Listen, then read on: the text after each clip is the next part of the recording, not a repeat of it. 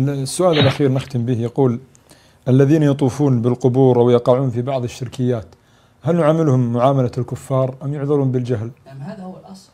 إذا كان يذبح القبر أو يطوف بالقبر أو يدعو القبر من دون الله عز وجل أو يركع أو يسجد، فالأصل في ذلك أنهم مشركون بالله عز وجل، وإن كان ظاهره الإسلام. وإن كان ظاهره الإسلام، نعم، هو ظاهره الشرك، نعم. لكن الأصل يعني أنه إذا فعل أنه إذا صرف عبادة لصاحب القبر للضريح فالأصل أنه مشرك، يعني مشرك بالله عز وجل.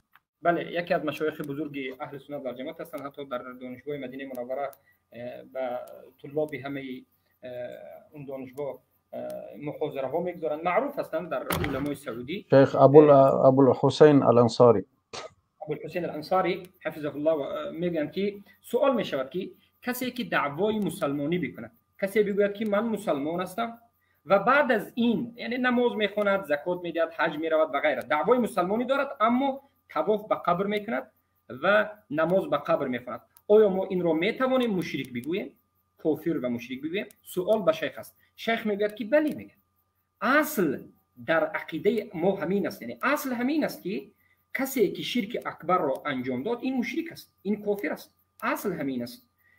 جهل در این مسائل شرک اکبر، کفر اکبر عذر نیست، زیرا که قاعده همین است که میگه اصل انه من صرف، یعنی اصل همین است که میگه هر کسی که صرف کند، انجام بدهد عبادت را به صاحب قبر، این مشرک است. بارک الله فیکم. این رو مسلمان گفته نمیشود، زیرا که این عبادت رو به غیر الله انجام داد، شرک اکبر رو انجام داد، این مشرک است. بارک الله فیکم.